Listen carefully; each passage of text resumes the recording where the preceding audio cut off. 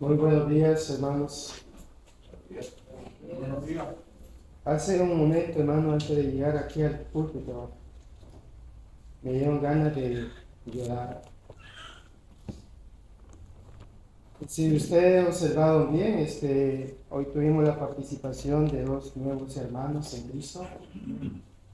Es una gran bendición, hermano, que Dios ha añadido a su iglesia dos almas nuevas. Y hoy, este día, con todos los nervios que ellos tengan por encima, han hecho un buen trabajo. Esto me trae, hermanos, el pensamiento de la meditación de esta mañana. Le he titulado como los registrados en el libro de la vida. Cuando nosotros hablamos acerca de registrarse en algo, hermanos, aquí en este mundo físico, material, nos preocupa. Nos preocupa de tal manera porque hay un gran interés detrás de esta registración que uno quiere hacer. Y nosotros vemos de que nuestros hijos, por ejemplo, los papás tienen que llevar a sus hijos a la escuela a ser registrados. ¿Qué pasa si usted no registra a sus hijos a la escuela? Pues no van a la escuela, no están en la lista, no aparece el nombre de su hijo en la lista, por lo tanto, no hay escuela. Ahora, si llega a ir a la escuela, ¿cómo lucharon los papás para que sus hijos fueran registrados? Tal vez no en esa escuela y no en otras escuelas. Lo mismo es, hermanos, cuando usted va a la universidad, tiene que registrarse con ellos porque quiere llevar los estudios a esta facultad. No lo hace, usted no está en esa lista. Y hay muchos eventos, hermanos, que también requieren un requisito. Tal vez del trabajo, no sé, de algo. Pero en ese requisito requiere que usted se registre. Y usted va y no se registró. Y lo buscan y no lo encuentran. ¿Sabe? Hace años en una compañía que trabajaba, yo no sabía que estaban haciendo registros para poder entrar a una fiesta o invitación que el jefe hizo. Pero alguien registró mi nombre en esa lista porque estaba el supervisor con el que yo trabajaba detrás de mí y el nombre de él no estaba en la lista. Así que yo como empleado entré y él como supervisor se quedó afuera. Muy molesto el día lunes. Pero alguien me registró y no sé quién lo hizo. Me imagino que habrá sido mi jefe, pues tantos años de trabajar con él. Trabajé para 16 años hasta que él murió. Y dice, en esos eventos, hermanos, cuando usted no se registra, usted no puede entrar, porque su nombre no aparece en la lista. El versículo que leyó nuestro hermano Cristian habla de un registro, habla de registrarse en un libro. Y dice bien, esto no es un libro cualquiera, es el libro de la vida. ¿Qué tanto interés nosotros buscamos para poder estar registrados en ese libro? ¿Le interesa a usted? ¿Le preocupa a usted? ¿En verdad le gustaría estar registrado a usted en ese libro? Y es el libro de la vida. Nos preocupamos una vez más, hermanos, nos preocupamos para registrarnos en las cosas materiales de este mundo porque hay un gran interés por el cual yo quiero estar registrado con estas personas. ¿Qué tal con Dios? ¿Nos preocupa a nosotros registrarme en ese libro de la vida? En verdad yo veo los grandes beneficios acerca de buscar el interés y ser registrado en ese libro. Tengo sueños, anhelo ese registro. Hay un canto, hermanos, que nosotros entonamos. Si ustedes, hermanos, me ayudan en lo que dirigen cantos, donde dice, allá cuando se pasa lista, dice el canto, dice ¿qué? Yo. ¿Y quién es ese yo? Usted. Usted que entona esos cantos dice, cuando allá se pase lista, dice, yo feliz, dice ¿qué? Contestaré, dice. O sea, ese yo, el que puso ese yo, eso quiere decir que es usted. Su nombre, Carlos Silva, Carlos Escobar, Edwin Flores, ¿va? Nombre de las hermanas, ¿va? Como Lisette, como Diana, como ¿cuántos nombres hay? Bueno, eso se refiere a usted. Y nosotros entonamos ese canto donde dice, allá cuando se pase lista. ¿Saben cuál número es? 70. Vayamos a ese canto, hermanos, que nosotros entonamos. Y en veces hasta de memoria lo sabemos, pero no debemos nosotros prácticamente el objetivo y el propósito de ese canto. Dice, cuando la trompeta, dice, suene en aquel día final, dice, y que en el alba eternamente en claridad, cuando las naciones salvas a su patria lleguen, ya dice, y que sea pasada lista, ahí ha de estar, y aquí donde dice el canto, cuando allá, el coro dice, cuando ya se pase lista, dice 2 veces, cuando ya se pase la lista, y cuando yo se pase allá la lista, dice, a mi nombre yo feliz responderé. Dice, este es, hermanos, el interés por el cual nosotros sufrimos calamidades en este mundo, aparte de las enfermedades que vienen por encima, pero vemos nosotros de que hay un interés profundo de mí porque ese nombre esté registrado en el libro de la vida. Ahora, la pregunta es, hermanos y amigos, ¿nos interesa estar en Cristo en ese libro? Vemos aquí, hermanos, en el libro de Romanos, capítulo 6, versículo 6, donde el apóstol Pablo, hermanos, nos da una idea acerca de cómo poder entrar a este libro. No olvidando lo que hizo el apóstol Pedro allá en Pentecostés, en el día de Pentecostés, que más de 3,000 almas respondieron el llamado de Dios. Y en ese mismo momento, hermanos, 3,000 almas fueron añadidas al cuerpo de Cristo, en las cuales, se podría decir, 3,000 almas fueron añadidas o registradas al libro de la vida. Aquí dice el versículo, dice en Romanos capítulo 6, en el versículo 6, nuestro viejo hombre fue crucificado juntamente con él para que el cuerpo del pecado sea destruido, a fin de que, fíjense bien en esto, a fin de que no sirvamos más al pecado. En la clase, hermano, que se habló con el hermano Israel, se habló acerca de algunas características que es el pecado: el enojo, la furia, las vanidades, en fin, muchas. Y vemos a nosotros en ese campo, hermanos, nosotros aprendimos algo de ellas. Nosotros no podemos estar en ese mismo campo de enojo, de la amargura, de, no sé, todo lo que es la carnalidad en sí. Porque dice, a fin de que no sirvamos más al pecado. Porque el viejo hombre, hermanos, ha sido crucificado, ha sido sepultado, el hombre viejo ha sido sepultado juntamente en el cuerpo del Señor. Y ha sido destruido. Así que, ¿cuál es la misión de nosotros, hermanos, para poder estar en ese libro registrado siempre? Es no servir más al pecado. Porque quien sirve al pecado, hermanos, no está sirviéndole a Dios. Quien sirve, hermanos, a los deseos de las carnalidades no puede servir a Dios.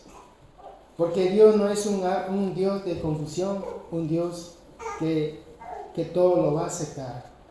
De hecho, nuestro Dios, hermanos, es un Dios celoso. Y es un Dios, hermanos, celoso de buenas obras. Y celoso, hermanos, porque no permite que el engaño, la malicia, destruyan la obra del Señor. Por eso encontramos nosotros, hermanos, aquí dice, nuestro viejo hombre. Aquella persona, hermanos, que tenía el criterio de hacer lo que se le daba la gana, en otras palabras. ¿Y quién me va a decir a mí lo que yo tengo que hacer? Voy a ir a lugares que a mí me plazcan ir, y si a nadie le gusta, pues ni modo que no le guste. Esa personalidad, hermanos, quedó sepultada el día que la persona renunció a esa vida. Por lo tanto, encontramos, hermanos, que hoy hemos sido enseñados por la palabra de Dios que el sepulcro espiritual se requiere para poder entrar no solamente al cuerpo de Cristo, sino que también nuestro nombre sea registrado en el libro de la vida. Pero la pregunta es, hermanos, ¿qué vamos a nosotros a crucificar en qué? Dice aquí en el libro de Gálatas, capítulo 5, en versículo 19. Si me acompañan ustedes a Gálatas 5, 19, donde encontramos, y son manifiestas las obras de la carne, que son adulterio, fornicación, injusticia, lascivia.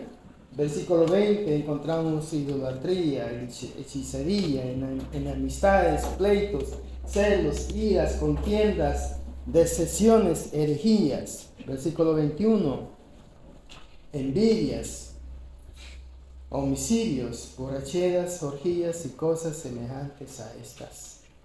Dice el apóstol Pablo en el versículo 21, hermanos, todavía. Dice que los que practican tales cosas, dice bien esto, no heredarán el reino de Dios. En conclusión, el trabajo de esa obra.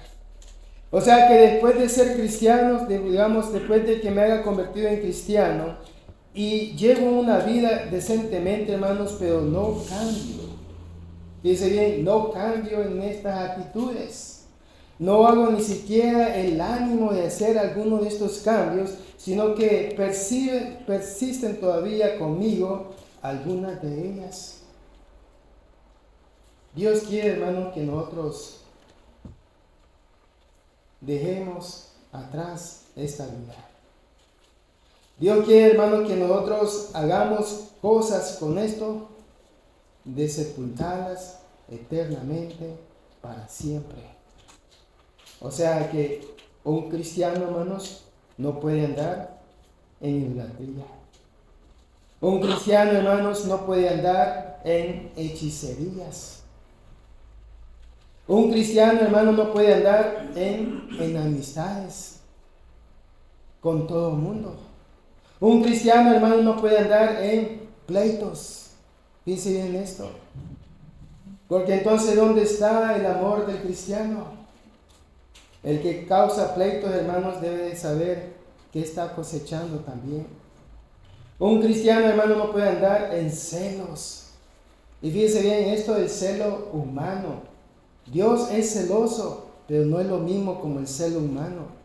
El celo humano, hermano, es desconfianza. Yo desconfío de mi esposa, pues tengo celos, que se va a ir con otro.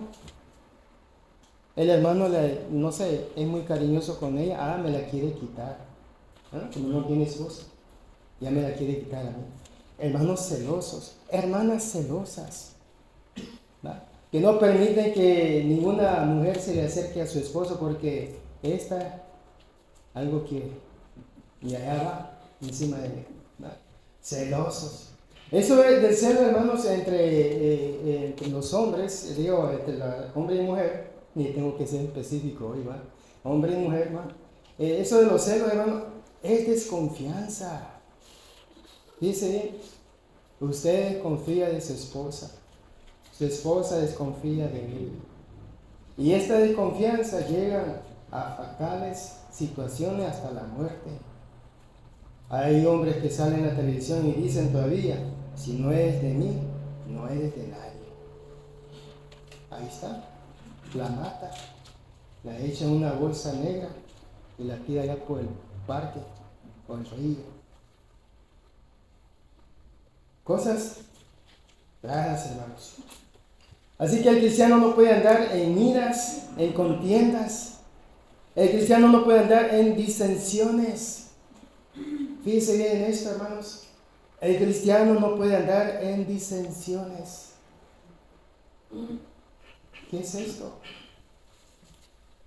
Discutiendo por opiniones que no valen la pena discutir.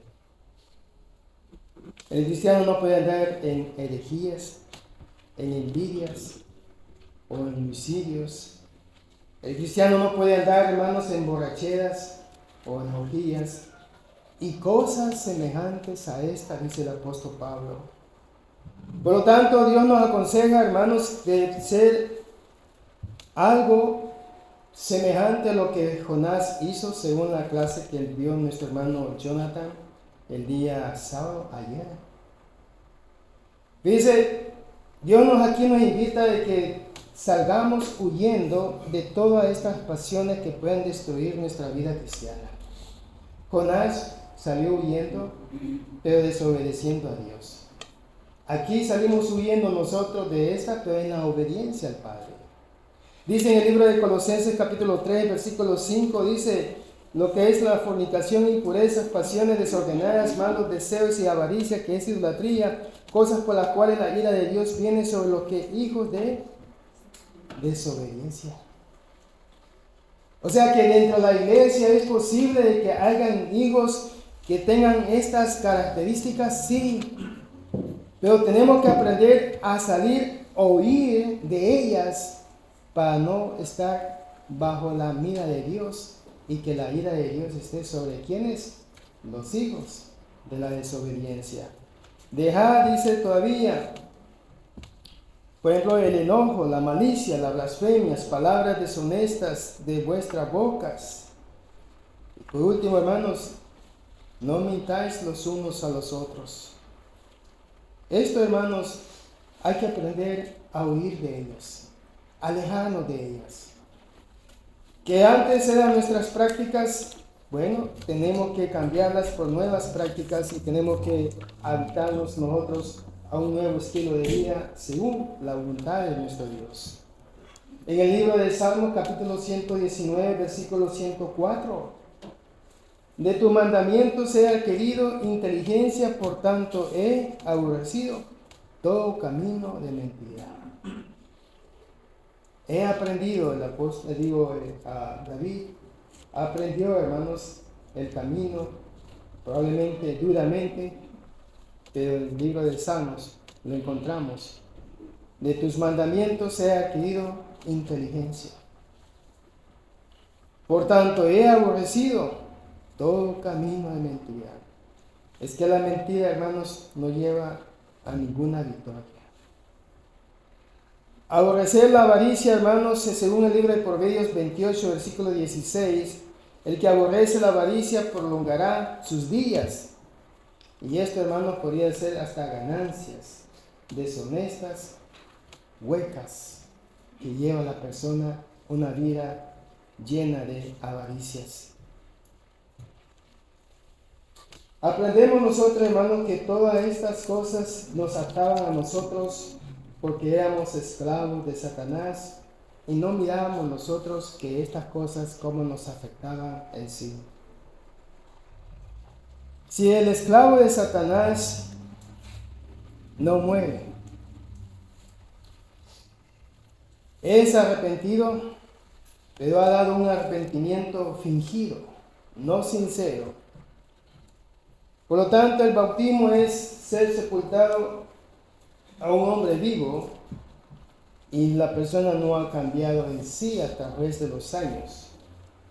Entonces podemos decir que ha sido una falsedad en la persona. Porque no ha habido un arrepentimiento sincero, por lo tanto nunca fue liberado de las manos de Satanás y también nunca fue redimido por la sangre de Cristo. Porque simplemente se bautizó y salió de las aguas mojado, sin ningún cambio de mente. En su corazón le sigue sirviendo siempre a Satanás, pues las obras de él lo acompañan en sí. Dios nos dice a nosotros que por sus frutos os conoceréis, dice el Señor. Y vemos aquí, hermanos, que ese tipo de vida es imposible que también nuestro nombre haya sido registrado en el libro de la vida. Quien tiene control de eso, hermanos, es nuestro Dios. Y Dios no puede ser burlado ni engañado por nosotros.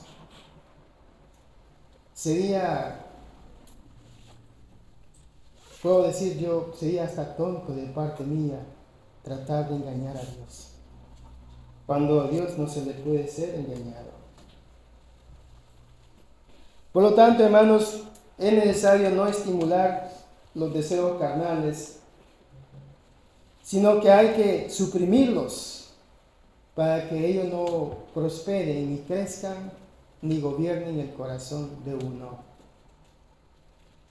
Sino que tenemos que hacer, hermanos, lo posible siempre, que cada día que pase, darle gracias a Dios porque he logrado vencer unas de tantas. Y es que algunas hermanos van a quedar con unas grandes marcas en nuestras vidas. Hace años, hermanos, un hermano dijo y trajo esto. De hecho, él trajo una tabla, y fueron 2 tablas.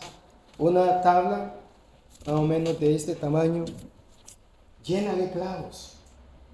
Y dijo él, cada clavo que tiene esta tabla, dijo él, es un pecado que yo cometí. Y ustedes ven, hay clavos que están muy profundos y otros medio salidos. Es la profundidad de mis pecados. Después él la guardó y sacó otra tabla. Esta tabla le quité los clavos. Pero miren cómo quedó la tabla, llena de hoyos. Así quedamos nosotros después de ser bautizados. Ir corrigiendo cada una de estas carnalidades, un clavo que sale, pero quedó una cicatriz. Después sacó una tercera tabla, mismo tamaño. Una tabla lisa y con algunas marcas todavía que se miraban. Estas, digo, que se ven todavía, van a quedar en nuestras vidas por muchos años. Pero tenemos que aprender cómo sanarlas, cada una de ellas. Y en vez de sanarlas, hermanos, en vez de las provocamos nosotros mismos y vuelve a crecer la cicatriz que quedó marcada en nosotros, y donde en vez de mejorar, vamos para atrás, no conforme a la voluntad de Dios. Precisamente, hermanos, cuando uno renuncia a los deseos mundanos, uno tiene que aprender de que no todo va a suceder de la misma manera de un instante al siguiente instante. Es un largo proceso donde cada día que Dios nos da la vida constantemente es un momento de ponerme a cuenta con Dios, aunque yo no haya cometido un pecado profundo, pero yo sé que la avaricia está en mí y tengo que orar bastante profundamente hasta que la avaricia desaparezca de mi vida. Cuando eso llega a suceder, hermano, entonces le doy gracias a Dios porque ha habido un mal en mí que ha sido removido de mi corazón, en la cual yo ya no siento ni soy parte de ella. Es más, según los psicólogos, dicen de que cuando uno puede hablar de aquello es porque ya usted lo ha superado en sí. Por lo tanto, mientras la persona no puede hablar de aquello porque todavía su mente se va atrás y vuelve a remover aquello que quedó sepultado y le afecta todavía a usted, quiere decir que todavía usted no ha superado ese pequeño detalle. Por lo tanto, hermanos, tenemos que orar cada día que nos da a Dios para que todos estos males carnales puedan desaparecer de nuestras vidas y que pueda morar el Espíritu Santo, hermanos, sin ningún estorbo de parte de uno. Despojarse del viejo hombre, según el libro de Efesios capítulo 4 en versículo 22.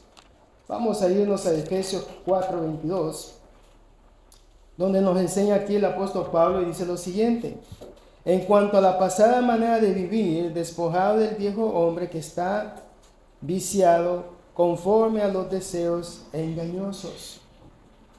Por lo tanto, hermanos, Dios dice despojarse del viejo hombre. Despojarse quiere decir que desligarse. Desligarse de aquello que usted ha sido atado.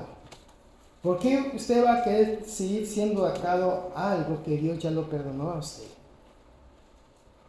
Esto es que en vez si yo le llamo esto, es necesario cortar el ombligo. ¿Sabe cuando un bebé nace?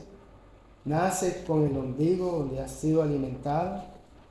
Y viene el médico. Bueno, yo tuve la bendición de que le corté el ombligo a mis hijos. Me dieron esa bendición los médicos, donde me dieron las tijeras y todo eso. Y ya, corté el ombligo a ellos.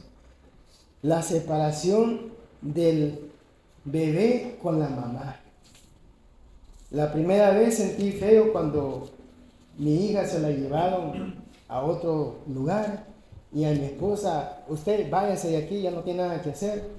Y yo me quedé, ¿a dónde quiere? ¿Mi esposa o mis hijos? La enfermera me empujaron: váyase detrás de su niña. Me dice, allá estaba yo con la niña. Lo mismo me pasó con el varoncito Ismael. Pero vemos aquí, hermanos, que despojarse del viejo hombre es cortar el ombligo con Satanás, en otras palabras.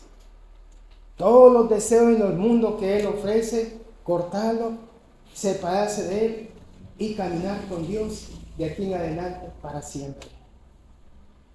La cual requiere, hermanos, una vida de proceso, de cambios de todos los días. Y vemos aquí, hermanos, qué tan importante es eso. ¿Por qué?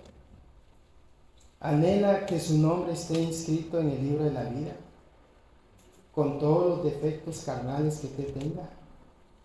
¿Deseamos nosotros que nuestro nombre esté todavía registrado en el libro de la vida? ¿Qué tanto en verdad eso a mí me interesa? ¿Me preocupa? ¿Me preocupa en verdad que ese nombre todavía siga ahí inscrito?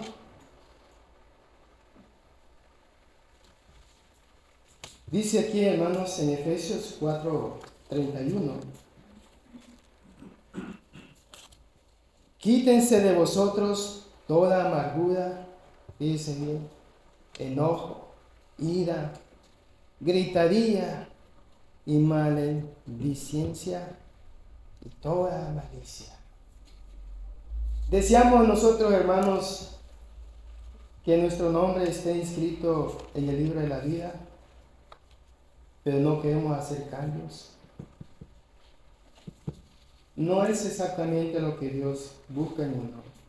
Una iglesia, hermano, que se gloria, una iglesia que se prepara, hermanos, una iglesia, hermanos, que proclama el nombre de Dios en las alturas grandemente, debe ser una iglesia sin mancha.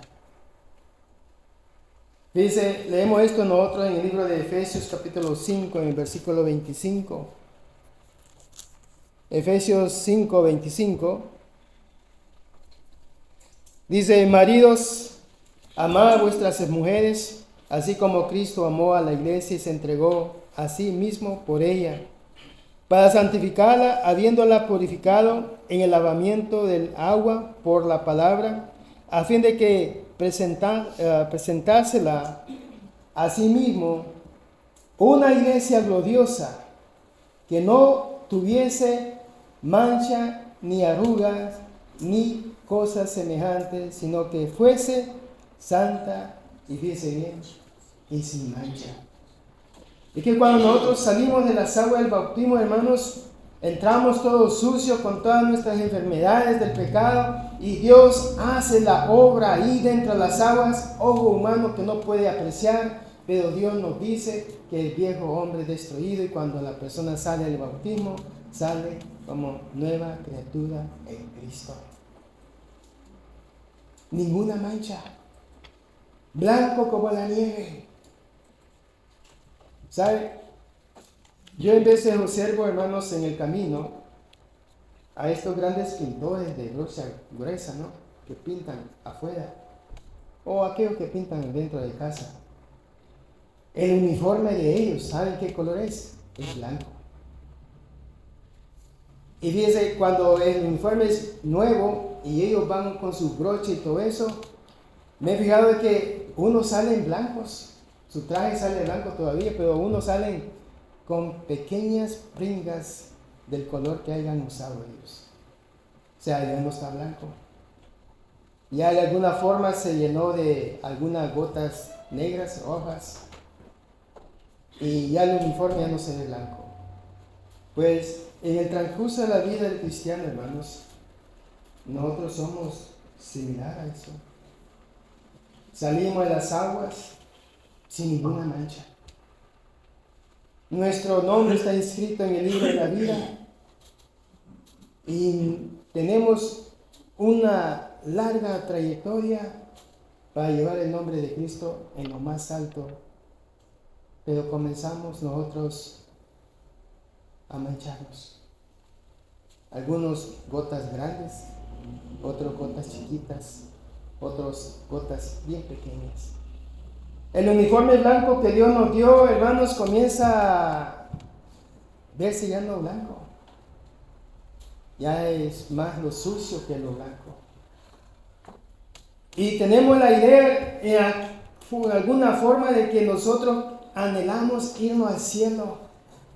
Y cuando nuestro nombre sea pronunciado allá pasando lista, dice el canto, yo feliz responderé con todas las manchas por encima, las cuales que nosotros no queremos hablar ni tocar, ni que nadie sepa. Hermanos, es de pensar un poco como iglesia, ¿qué es lo que Dios espera de una iglesia? Una iglesia, hermano, que se prepara, así como la esposa se prepara para el esposo. La esposa se prepara, hermano, con una vestimenta blanca. ¿Qué significa para nosotros en el mundo físico la vestimenta blanca?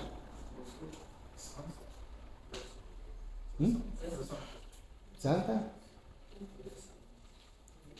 Es pureza, ¿no? Pureza, lo blanco. Y eso lo significa la esposa. La iglesia, hermano, es la esposa de Cristo. Una iglesia, hermano, llena de manchas, se prepara a recibir a su esposo. ¿Qué es lo que el esposo va a decir? Es necesario, hermano, que nosotros veamos con la perspectiva espiritual de Dios lo que espera de una iglesia, de su iglesia. Una iglesia sin mancha, sin arrugas, dice.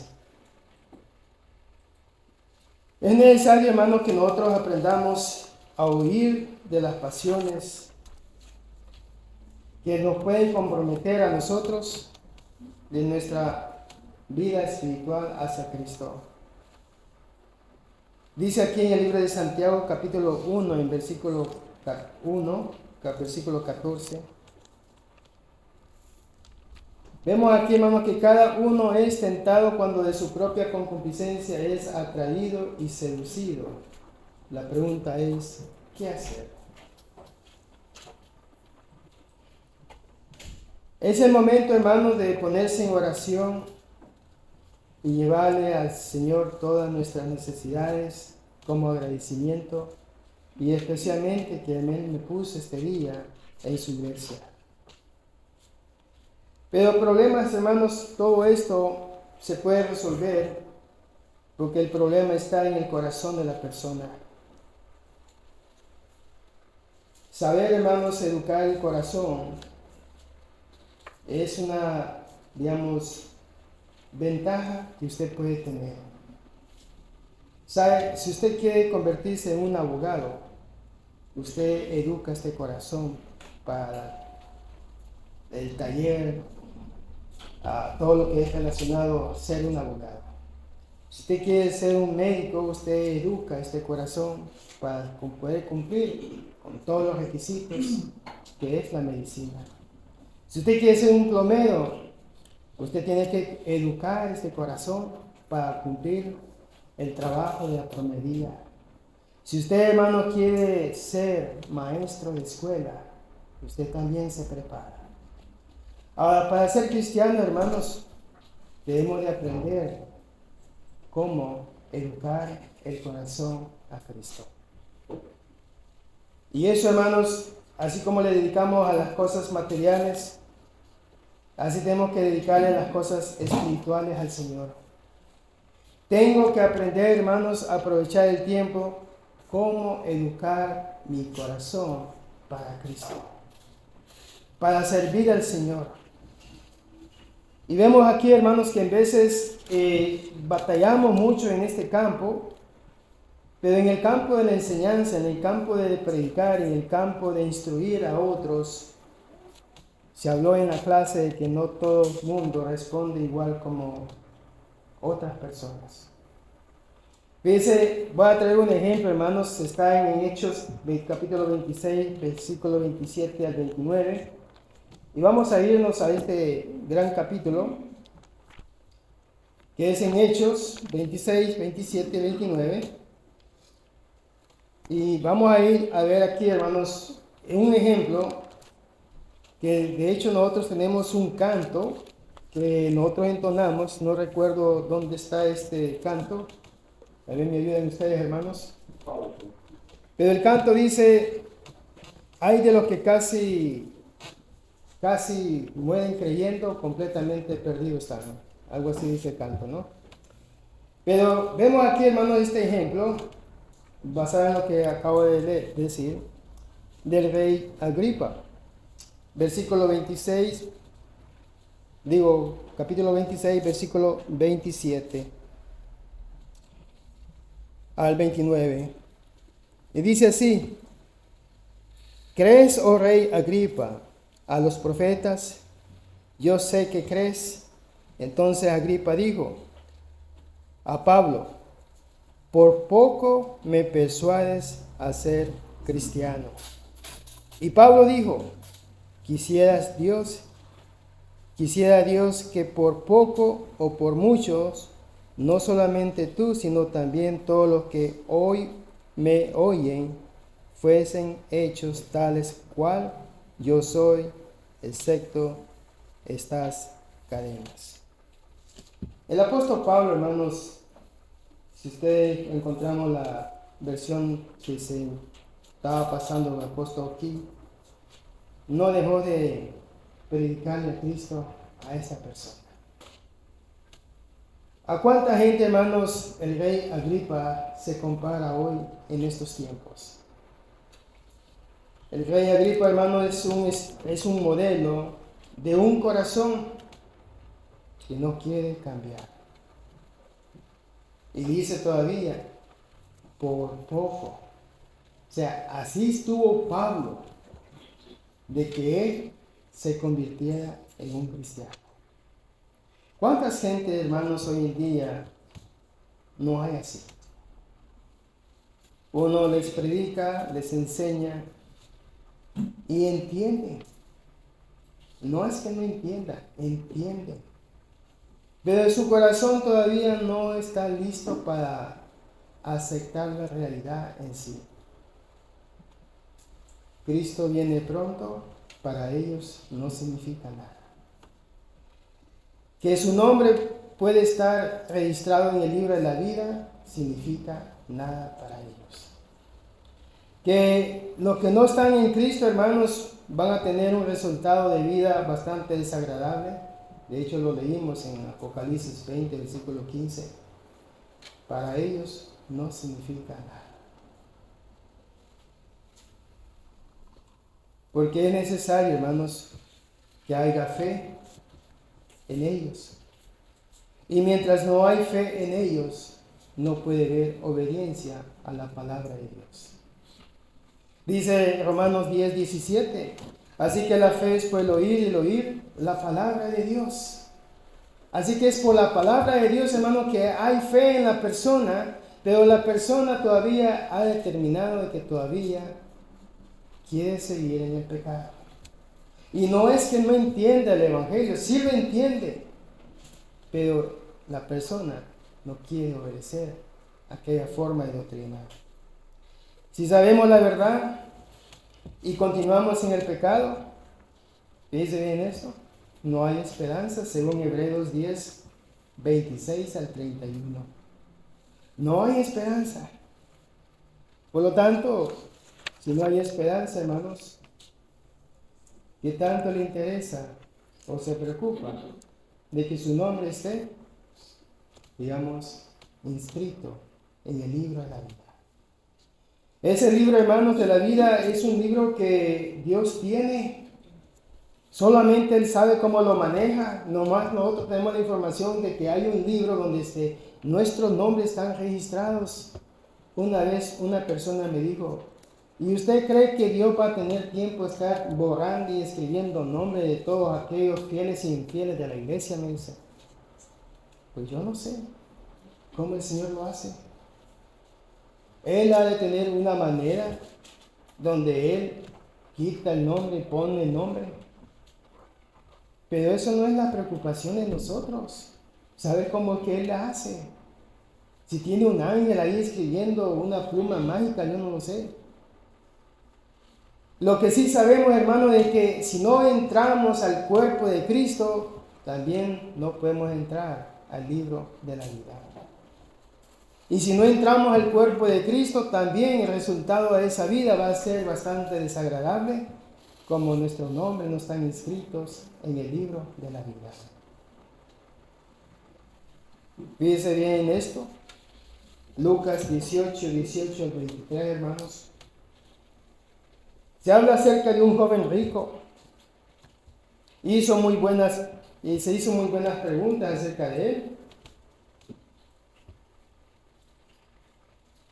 Y una de las preguntas fue, hermanos, ¿qué bien haré para tener la vida eterna? Él había haber hablado a Cristo acerca de eso. Este joven, hermanos, en la corta narración que podemos leer ahí, escogió prácticamente la vida material en lugar de la salvación. Hoy en día, millones de personas hacen lo mismo. Y aquel versículo que dice también, hermano, alma, dice, necia, esta noche vendrán por ti, y todo lo que tú has hecho, ¿de quién será? Dedicó toda su vida, toda su pasión, toda su estrés en eso. Se olvidó o no quiso entender de su nombre registrado en el libro de la vida. Pudieron más las cosas de este mundo que las cosas espirituales de Dios. El joven rico, hermanos, quería la salvación, pero no quería él cumplir la ley de Dios. No estaba dispuesto para poner al Señor sobre todas las cosas materiales que él había alcanzado. Jesús requiere, hermano, la prioridad del servicio espiritual, todo asunto espiritual. Mateo 6:33. Si no lo sabe, apréndese usted de memoria, hermano, hermana. En la lista dice que Dios va primero. Y digo lista porque se puede considerar eso como una lista. ¿Qué va primero? Debemos seguir, hermanos, el ejemplo de nuestros hermanos apóstoles, el ejemplo de nuestros primeros hermanos cristianos y especialmente, hermanos, el ejemplo que Jesucristo nos dejó en este mundo, seguir las pisadas de Él. El materialismo, hermanos, es necesario hasta cierto punto porque dependemos también de muchas cosas de ellos, pero también no es el resultado de nuestra vida de todo por el todo en sí.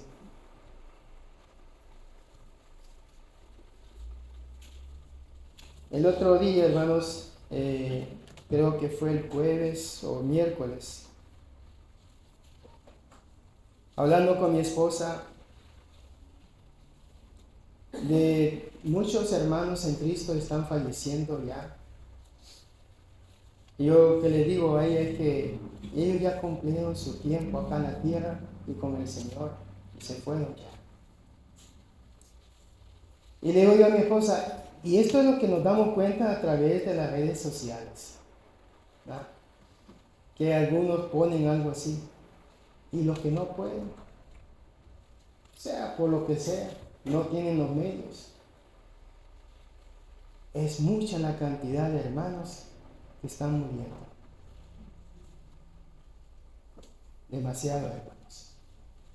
Pero también es bastante la cantidad de mucha gente que se está yendo sin Cristo de este mundo. Así que podemos llegar a la conclusión, hermanos, que en obedecer a Dios se requiere, hermanos, no el casi,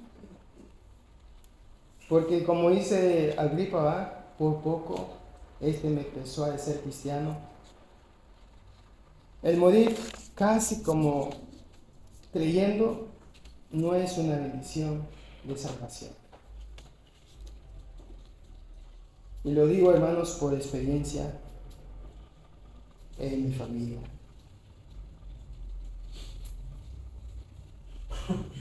Las personas determinan, hermanos, sus decisiones, pero uno cumple con el deber de Dios, el predicar el Evangelio a Cristo. Mi padre, hermanos, murió como cristiano hasta el último momento de su vida. Y recuerdo las últimas palabras de él, que él dijo: hijo, ya estoy listo, que venga el Señor por mí. Y sabe que alguna semana después, él murió. Eso lo puedo decir del lado de mi padre, pero del lado de mi madre, no puedo decir eso. Por mucho que se le predicó el Evangelio a ella determinó y dijo: yo no quiero nada con ese Dios. Y recuerdo todavía las palabras de ella, hermanos, que me echó de su casa y me dijo: no te quiero aquí una vez más. ¿Y saben qué? Cumplí el deseo de ella hasta que ella murió. Murió sin Cristo. ¿Determinó ella su decisión? Sí. Pero es aquí donde Dios abre el corazón de él y la misericordia de él, donde él da la oportunidad para todos aquellos que en vida podamos hacer los cambios y entregar nuestras vidas al Señor hasta que Él nos llame a estar presente a su presencia, hermanos. Y poder terminar aquellas palabras que el apóstol Pablo dijo en una ocasión: he peleado la buena batalla, dice. Porque peleamos la buena batalla, hermano, enseñando lo que es de Dios y viviendo lo que Dios nos enseña hasta el último suspiro de nuestras almas. Que sea Dios glorificado, bendecido, hermanos, de la iglesia este día. Y esperamos que en el nombre de Cristo, en el nombre de Dios, nos ayude a reflexionar cómo estamos llevando nuestra vida y cómo estamos manejando la palabra de Dios, basada en lo que Dios nos ha enseñado, que Él viene pronto, que nuestro nombre está registrado en ese libro de la vida.